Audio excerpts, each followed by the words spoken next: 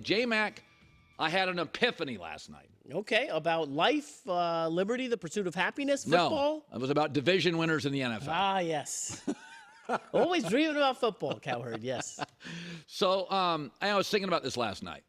And, there's an old saying in sports, paralysis by analysis, just don't overthink the room.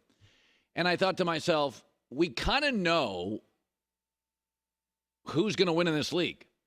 If you have a great quarterback, we know in the Brady-Belichick divorce, the quarterback's more important than the coach. But if you have a great quarterback or the best quarterback in a division and you have a competent coach, hopefully, he's been around a while, you have a really strong likelihood of winning that division or at least being a playoff team. So I was looking over because I still get one or two more tweaks until I unveil my final NFL predictions. And I was sitting there thinking this morning, if you just took the most productive quarterback from last year in every division and hopefully bring the same coach back, I'm just going to make that my division winner. Well, it just so happens most of them have been that, with one or two exceptions. So this morning, as of this morning, here is who I would pick. Josh Allen was the most productive quarterback last year, so I'm going to take Buffalo to win the AFC East. Also, continuity brings back a successful head coach. All right, I'll take Patrick Mahomes, most productive quarterback in his division, continuity, same head coach. I'll take Trevor Lawrence, second year with Doug Peterson, most productive quarterback in the division. And finally, Joe Burrow. Now, this just happens to be who I was going to pick anyway, right? I'd played around a little bit with Miami, but I can't trust to his health. So I'm just going by my new theory. Most productive quarterback last year, and do you bring back continuity with the head coach? That's what blew up last year, Denver. Russell Wilson, new team, new coach, new seat. There was too many moving parts. So let's go now to the NFC. Okay, I'm going to take in the NFC East, Jalen Hurts. He was the most productive quarterback in that division. Brings back Nick Sirianni for, I think it's year 3. Okay. Then we go to the NFC West. This is my change. Geno Smith was the most productive quarterback. Brock Purdy didn't play enough games. Matt Stafford didn't play a lot. And Kyler Murray didn't. So this is my revelation. What am I doing here? Seattle had another good draft. The O-line was young, worn out at the end of last year, should be better. Their first 4 draft picks are viewed as A's across the board with 2 playmakers and a star corner. Then we go in the NFC South. Now, this was the one I go, okay, who is the most productive quarterback in the division? It's Derek Carr. Now, he was in a different conference, the better conference. But there isn't a quarterback and a coaching change. So the coach was there, and Derek was productive. They meet in New Orleans. I'll take the Saints. And finally, Jared Goff and Kirk Cousins are a virtual tie, and they both bring back the coach. So Goff and Cousins have strikingly similar numbers. But, they literally passing yards are the same. Passer rating, Goff slight edge. The difference is Cousins threw twice as many interceptions. And if it's a coin flip, I'll take the quarterback who made fewer mistakes. I tend to think Goff is more talented anyway.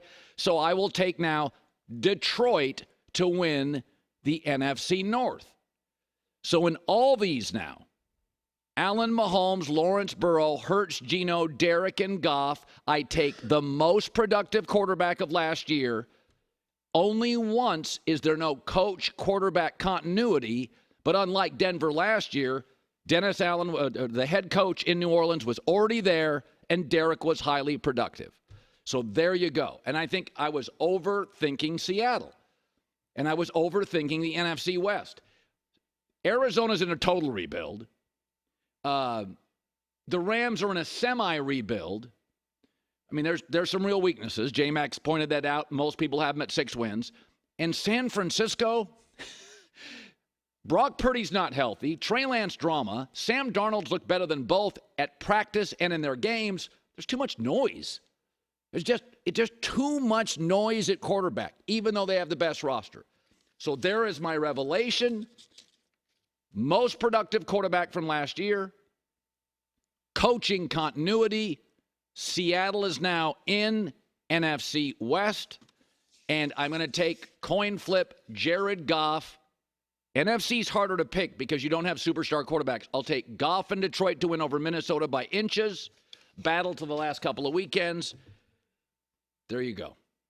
There you go. A little bit of revelation last night. I'm just going with best quarterback last year, and if you give me the coach, I'm going to go with that too. Because what blows up franchises? Inconsistent quarterbacks, new coach, new system, not sure. All this stuff. The only one you worry about is, do the Saints really have the right coach? I don't know, but he's coming back. I'm getting the system, and Derek looked really good last week in his one appearance. So there you go. J-Mac, any quick reactions on that? I'll just say, if we did this last year, you probably would have had Stafford in the NFC West, right? Stafford coming off the Super Bowl. Last year at this time. Yes. And you would have probably had Dak over Jalen Hurts, right? Jalen Hurts didn't win a playoff game. Right. And in the South, you would have had Tom Brady. So a lot of changes in the NFC, and you would have certainly had Aaron Rodgers over Goff or Cousins. So, as we've said, the AFC's easier to pick than the NFC. So that's why the NFC, I'm just going to go with what I know. Goff with Dan Campbell, it looks good. Derek Carr with this roster, which is clearly the best in division, looks good. I thought about Desmond Ridder when I did this morning, but he only started 4 games. So he was really a backup. His preseason has not been great so far. The reports out of practice are Desmond Ridder's not crushing it, let's just say. So there we go. There as of now. I don't have all my playoff stuff all baked in yet, but I'm going Bills, Chiefs, Jags, Bengals, Eagles, Seahawks, Saints, Lions. So do you still have the Niners in the playoffs? Yes. Okay. I just saw a story this morning. Shanahan not worried about Brock Purdy's consistent interception issues in camp. Trey Lance drama. Darnold looked great in the game, has reportedly been the best at practice. So what happens if they're just like Purdy's struggling with his arm and Darnold starts for 3 weeks? That's on the table right now. Seattle knows exactly who's quarterbacking. So I'm going with that continuity. All right, second story. Report. Jets have discussed trading for David Bakhtiari, all-pro Green Bay left tackle. Story. Mekhi Becton needs to show he can play without needing to come out. Robert Saleh. At least the Jets know the issue. So it's one thing. There are a lot of problems in life that you can get to eventually.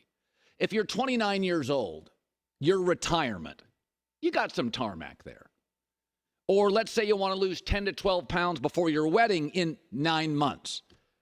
You know, you've got some time on those. What's concerning about the Jets' offensive line, it is the opposite of RELAX. Go to the Jets' schedule until October 29th. So you start Monday, September 11th. The Bills, second in scoring defense, Von Miller may play. Next up, the Cowboys and the Patriots tied for third in sacks.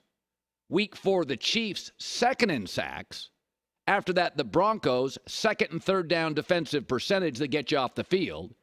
Week 6, the Eagles, first in sacks. And then week 8, the Giants tied for 6th in quarterback pressures. There is no RELAX. They face not only statistically the toughest first 6 weeks in the league based on last year's winning percentage, their battle line faces the best sack D-lines in the business. Cross your fingers if you're a Jets fan that Von Miller doesn't play until week 2. So that's the issue that Robert Saleh and Aaron Rodgers see. Yesterday they had a practice. It did not go well. It says here 6 sacks, numerous pressures in a joint practice with Tampa Bay. Aaron Rodgers, thoughts? I was thinking maybe we'd start to figure some stuff out. Obviously, it hasn't happened yet. There's jobs up for grabs. So that's the beauty in camp, but also the struggle is in talking with a couple of the guys. We just need some continuity, I think, at some point so guys can feel comfortable playing together. Maybe that's the end of next week. Maybe it's the week that we have in between the season and the last preseason game. But jobs are up for grabs. Yeah, so old quarterbacks different than young quarterbacks. Josh Allen, Cam Newton in his career, Justin Herbert are able to be wildly productive with bad O-lines early in their careers. Matt Stafford last year wrecked his season.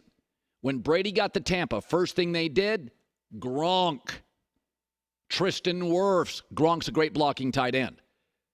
Old quarterbacks, you can have flaws all over your team. Can't be O-line. Russell Wilson last year, most sacked quarterback, wrecked the season. Stafford wrecked the season. Brady addressed it immediately. So this is not a little thing. If he was a young quarterback, Josh Allen, Big Ben, you don't have to have a great offensive line. Justin Herbert, worst O-line in the league as a rookie, 31 touchdowns. But for older quarterbacks, this is the thing. And so when you look at that early schedule, it is just number 1, number 2, tied for 3rd, number 4, number 6, all elite pass rushes. By the way, the Giants, Kayvon Thibodeau now in year 2 off a good rookie year. He'll upgrade. So the Giants' sack totals were okay, middle of the pack. Those will go up.